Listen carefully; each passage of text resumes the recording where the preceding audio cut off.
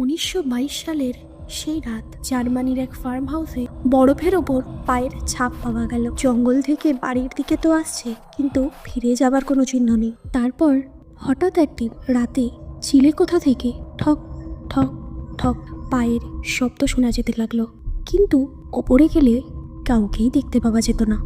এক রাতে পরিবারের 6 জন সদস্যকে এক এক করে গোয়াল ঘরে ডাকা হলো, আর সবাইকে কুঠার দিয়ে হত্যা করা হলো। এই অবধি তো খুব স্বাভাবিক ছিল, কিন্তু ভয়ের ব্যাপারটা হলো হত্যার পরেও 3 দিন ধরে গরুকে খাওয়ানো হয়েছিল।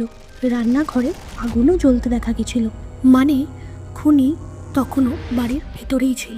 জার্মানির এই কেস আজও আনসলভড রয়ে গেছে, আজও এর কোনো সমাধান হয়নি। কিন্তু এখনও ওখানে গেলে লোকেরা বলে বাড়ির ভেতর থেকে এখনও ঠক ঠক ঠক করে আওয়াজ শোনা যায়। তাহলে এটা কি কোনো মানুষের কাজ, নাকি এর মধ্যে জড়িয়ে আছে কোনো প্যারানর্মাল অ্যাক্টিভিটি?